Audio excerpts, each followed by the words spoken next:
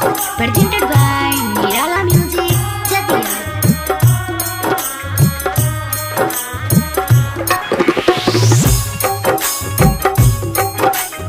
Singing by Mantu Musta. भगवन हो बहिन दतिया एको गोला डली।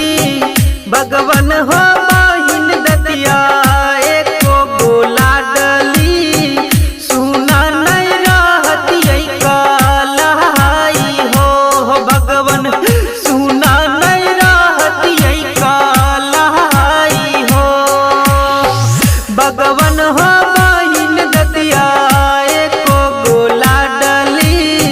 सुना नहीं रहती कालाई हो भगवन, सुना नहीं रहती कालाई हो।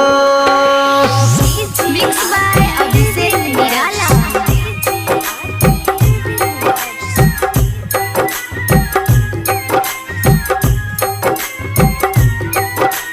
हाँ हाँ सब कोई मनाबै छै हो राखी त्योहार हो। सब कोई मनाबै छै हो तो सब त्योहार हो। बहिन बिना सुना सन सहार हो भगवन, बहिन बिना सुना सन सहार हो। भगवन हो बहिन दतिया एको गोला डली। सुना नहीं रहती कालाई हो भगवन, सुना नहीं रहती कालाई हो। अभी आप सुन रहे हैं निराला म्यूजिक जदिया से शानदार प्रस्तुति।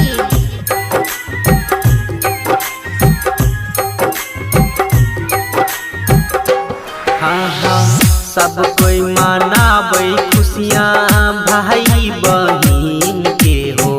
सब कोई मनाबै खुशियाँ भाई बहिन के हो। बहिन के लेल प्यारे छीन हो भगवन, बहिन के लेल प्यारे छीन हो। भगवन हो बहिन दतिया एको गोला डली। सुना नहीं रहती कालाई हो भगवन, सुना नहीं रहती कालाई हो। अभी आप सुन रहे हैं निराला म्यूजिक जदिया से शानदार प्रस्तुति।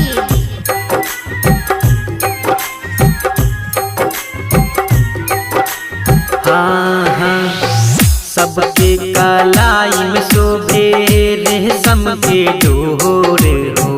सबके कलाई में शोभे राखी के डोर हो।